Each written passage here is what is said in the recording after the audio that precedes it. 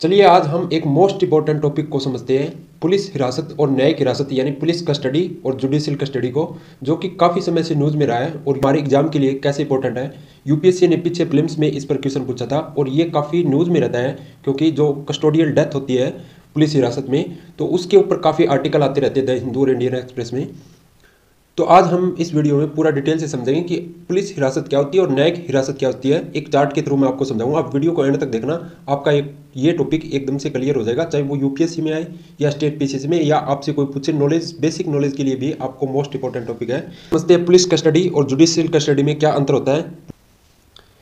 सबसे पहले समझते हैं हिरासत होता क्या है, यानी कस्टडी होता क्या है। तो हिरासत का मतलब, कस्टडी का मतलब होता है कि अपने संरक्षण के अंदर रखना हो किसी व्यक्ति को। जैसे पुलिस प्रशासन द्वारा किसी व्यक्ति को जेल के अंदर रखा जाता है या न्यायिक हिरासत में रखा जाता है, तो वो पुलिस के संरक्षण में होता है या न्यायिक संरक्षण में मजिस्ट्रेट के संरक्षण में होता है। तो यही हिरासत होती है, एक व्यक्ति को गिरफ्तार करके अपनी हिरासत में रखना।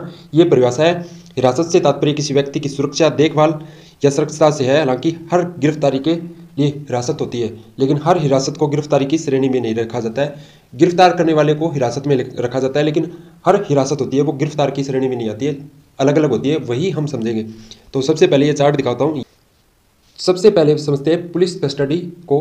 पुलिस कस्टडी की परिभाषा, यानी पुलिस हिरासत तब शुरू होती है जब कोई पुलिस अधिकारी शिकायत या एफआईआर प्राप्त करने पर किसी संदिग्ध को गिरफ्तार करता है। और वहीं न्यायिक हिरासत कौन सी होती है? न्यायिक हिरासत वो होती है, न्यायिक हिरासत तब शुरू होती है जब सरकारी वकील अदालत को यानी मजिस्ट्रेट को संतुष्ट करता है कि जांच के उद्देश्य से आरोपी की हिरासत जरूरी है, यानी पुलिस के अंडर जरूरी है वो व्यक्ति, इसीलिए उसे न्यायिक हिरासत बोलते हैं, जो मजिस्ट्रेट के थ्रू आता है। और एफआईआर कटवाने पर जिस व्यक्ति को पुलिस गिरफ्तार करती है उसे पुलिस हवालात में रखती है, वो होती है पुलिस हिरासत। पुलिस हिरासत का मतलब होता है जब एफआईआर कटती है उसके बाद पुलिस गिरफ्तार करती है।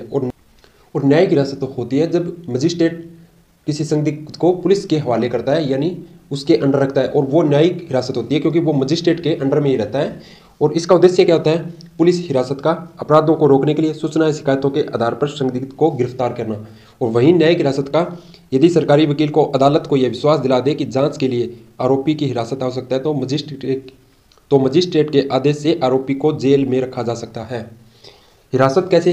पुलिस के पास आरोपी की भौतिक हिरासत होती है जब पुलिस हिरासत होती है तो, और वहीं न्यायिक हिरासत होगी तो आरोपी संबंधित मजिस्ट्रेट की हिरासत में होगा। यही मैं आपको समझा रहा हूँ कि जब मजिस्ट्रेट न्यायिक हिरासत होती है तो वो मजिस्ट्रेट की हिरासत में होता है, लेकिन लेके जाते उन्हें पुलिस वाले जेल में रखते हैं। और पुलिस हिरासत में व्यक्ति को हवालात में रखते हैं। ये देखिए, आरोपी को हवालात में बंद किया जाता है पुलिस हिरासत में, और न्यायिक हिरासत में जेल के अंदर बंद किया जाता है।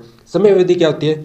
व्यक्ति को 24 घंटे के भीतर मजिस्ट्रेट के सामने पेश होना पड़ता है और अधिकतम 24 घंटे की अवधि के अंदर पुलिस हिरासत में मजिस्ट्रेट के सामने पेश करना होता है। मामले से संबंधित मजिस्ट्रेट द्वारा इसे कुल मिलाकर 15 दिनों तक बढ़ाया जा सकता है, यानी पुलिस हिरासत को 15 दिन तक बढ़ाया जा सकता है।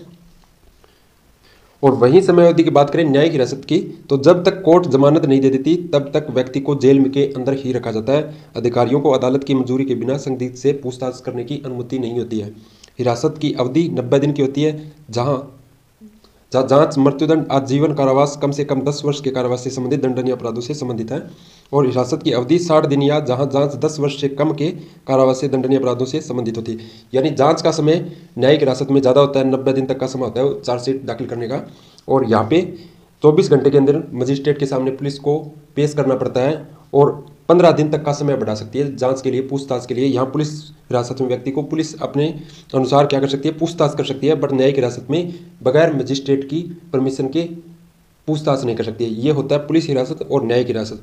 हमारे संविधान में क्या कुछ दिया गया है इससे संबंधित प्रावधान थोड़ा समझते हैं। आर्टिकल 21 को आपने संविधान के अंदर पढ़ा हुआ, जहाँ कहा गया है कि कानून द्वारा स्थापित प्रक्रिया के अलावा किसी व्यक्ति को उसके जीवन अथवा व्यक्तिगत स्वतंत्रता से वंचित नहीं किया जाएगा। अत्याचार से सुरक्षा प्रदान करना भारतीय संविधान के अनुच्छेद 21 यानी जीवन का अधिकार के तहत मौलिक अधिकार है, जहाँ से व्यक्ति अपने फंडामेंटल राइट का यूज कर सकता है आर्टिकल 21 के तहत। और वहीं आर्टिकल 22 में कुछ मामलों में गिरफ्तार और निरोध से संरक्षण प्रदान भी करता है। अनुच्छेद 22, भारतीय संविधान के अनुच्छेद 22 के तहत परामर्श का अधिकार भी एक मौलिक अधिकार है। और राज्य सरकारों की क्या भूमिका होती है इसमें? भारत के संविधान की 7वीं अनुसूची के अनुसार पुलिस और सार्वजनिक व्यवस्था राज्य सूची के विषय मानवाधिकारों की सुरक्षा सुनिश्चित करना प्राथमिक रूप से संबंधित राज्य सरकार का उत्तरदायित्व होता है। और केंद्र सरकार की भूमिका की बात करें तो केंद्र सरकार समय समय पर सलाह जारी करती है, और उसने मानवाधिकार संरक्षण अधिनियम 1993 के तहत को भी अधिनियमित किया है। इसमें लोक सेवकों द्वारा कथित मानवाधिकार उल्लंघनों की जांच के लिए NHRC national human right commission के राज्य मानवाधिकार आयोगों की स्थापना का प्रावधान किया है। तो ये हमने इसलिए समझा है आर्टिकल 21, आर्टिकल 22 ये फंडामेंटल राइट में हमारे संविधान में दिए गए हैं।